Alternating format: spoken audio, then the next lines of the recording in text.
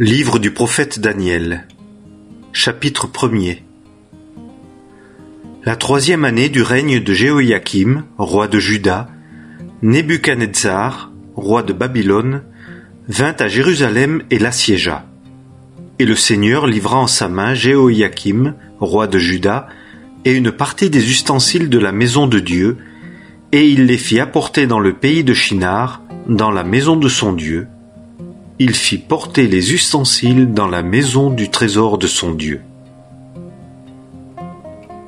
Et le roi dit à Ashpenaz, chef de ses eunuques, d'amener d'entre les fils d'Israël et de la semence royale et d'entre les nobles, des jeunes gens en qui il n'y eût aucun défaut, et beaux de visage, et instruits en toute sagesse, et possédant des connaissances et entendus en science, et qui fussent capables de se tenir dans le palais du roi, et de leur enseigner les lettres et la langue des Chaldéens.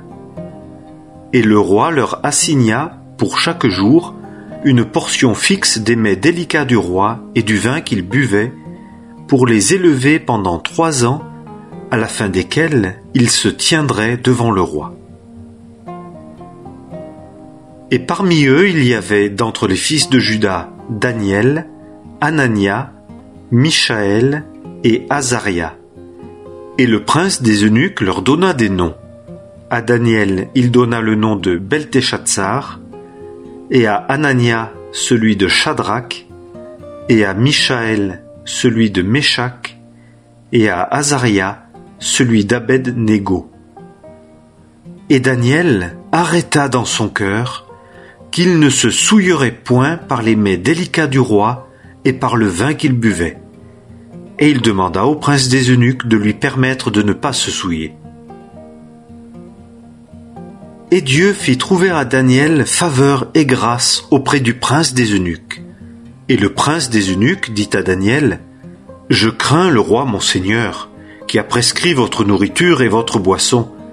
Car pourquoi verrait-il vos visages plus tristes que ceux des jeunes gens de votre âge?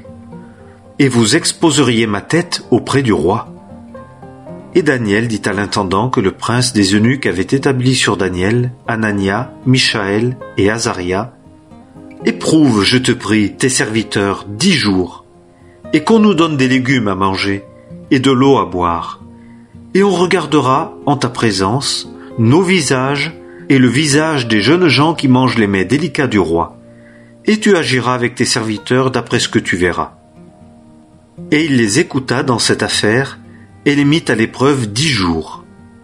Et au bout de 10 jours, leur visage avait meilleure apparence, et était plus gras que ceux de tous les jeunes gens qui mangeaient les mets délicats du roi. Alors l'intendant ôta leurs mets délicats et le vin de leur boisson, et leur donna des légumes.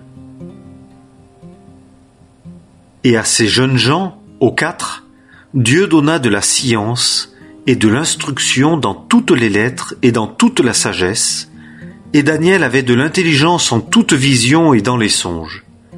Et, à la fin des jours où le roi avait dit de les amener, le prince des eunuques les amena devant Nebuchadnezzar, et le roi parla avec eux, et entre tous, il n'en fut trouvé aucun comme Daniel, Anania, Mishaël et Azaria, et ils se tinrent devant le roi.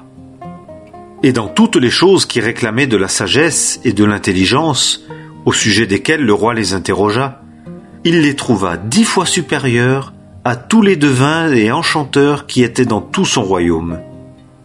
Et Daniel fut là jusqu'à la 1re année du roi Cyrus. Livre du prophète Daniel, chapitre 2.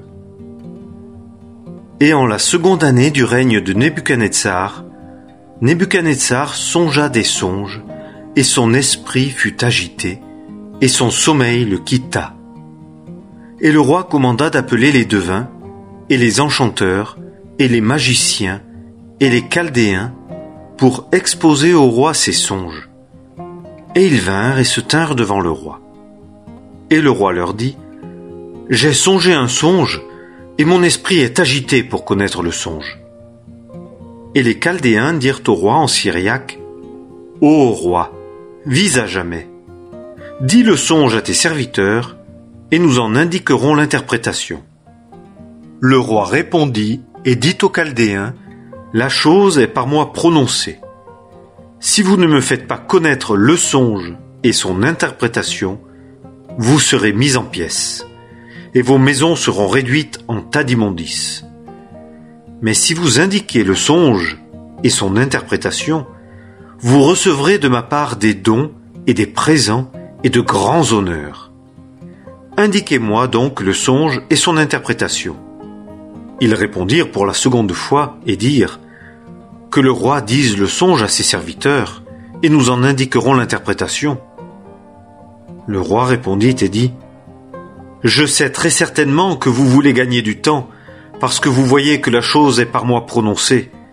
Or, si vous ne me faites pas connaître le songe, il y a un seul et même décret pour vous, car vous avez préparé une parole mensongère et perverse pour la dire devant moi, en attendant que le temps ait changé.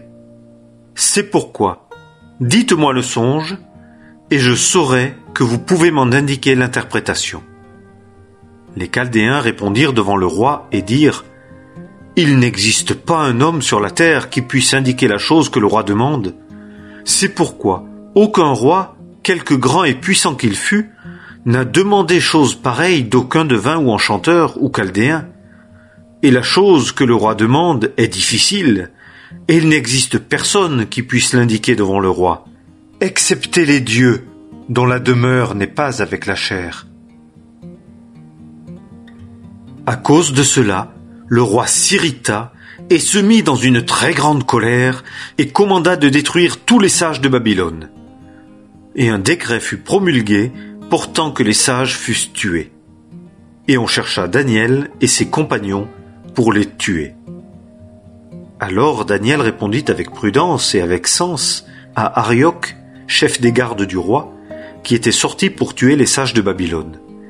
Il répondit et dit à Arioc, le grand officier du roi, « Pourquoi ce décret est-il si rigoureux de par le roi ?» Alors Arioc fit connaître la chose à Daniel. Et Daniel entra et demanda au roi de lui accorder du temps pour indiquer au roi l'interprétation. Alors Daniel s'en alla à sa maison et fit connaître la chose à Anania, Michaël et Azaria, ses compagnons, pour implorer de la part du Dieu des cieux ses compassions au sujet de ce secret, afin que Daniel et ses compagnons ne fussent pas détruits avec le reste des sages de Babylone. Alors le secret fut révélé à Daniel dans une vision de la nuit. Alors Daniel bénit le Dieu des cieux. Daniel répondit et dit, « Béni soit le nom de Dieu, d'éternité en éternité. Car la sagesse et la puissance sont à lui, et c'est lui qui change les temps et les saisons, qui dépose les rois et établit les rois, qui donne la sagesse aux sages et la connaissance à ceux qui connaissent l'intelligence. C'est lui qui révèle les choses profondes et secrètes. Il sait ce qui est dans les ténèbres, et la lumière demeure auprès de lui. Toi, Dieu de mes pères, je te célèbre et je te loue, parce que tu m'as donné sagesse et puissance, et que maintenant tu m'as fait connaître ce que nous t'avons demandé, nous ayant fait connaître la chose que réclame le roi. » C'est pourquoi Daniel entra auprès d'Arioc, que le roi avait établi pour détruire les sages de Babylone. Il alla et lui parla ainsi. « Ne détruis pas les sages de Babylone. Conduis-moi devant le roi, et j'indiquerai au roi l'interprétation. » Alors Arioc fit entrer Daniel en hâte devant le roi, et lui parla ainsi. « J'ai trouvé un homme des fils de la captivité de Juda, qui fera connaître au roi l'interprétation. » Le roi répondit et dit à Daniel, dont le nom était Belteshazzar, « Peux-tu me faire connaître le songe que j'ai vu et son interprétation ?» Daniel répondit devant le roi et dit, « Le secret que le roi demande, les sages, les enchanteurs, les devins, les augures n'ont pu l'indiquer au roi. Mais il y a un Dieu dans les cieux qui révèle les secrets et fait savoir au roi Nebuchadnezzar ce qui arrivera à la fin des jours. » ton songe et les visions de ta tête sur ton lit, les voici.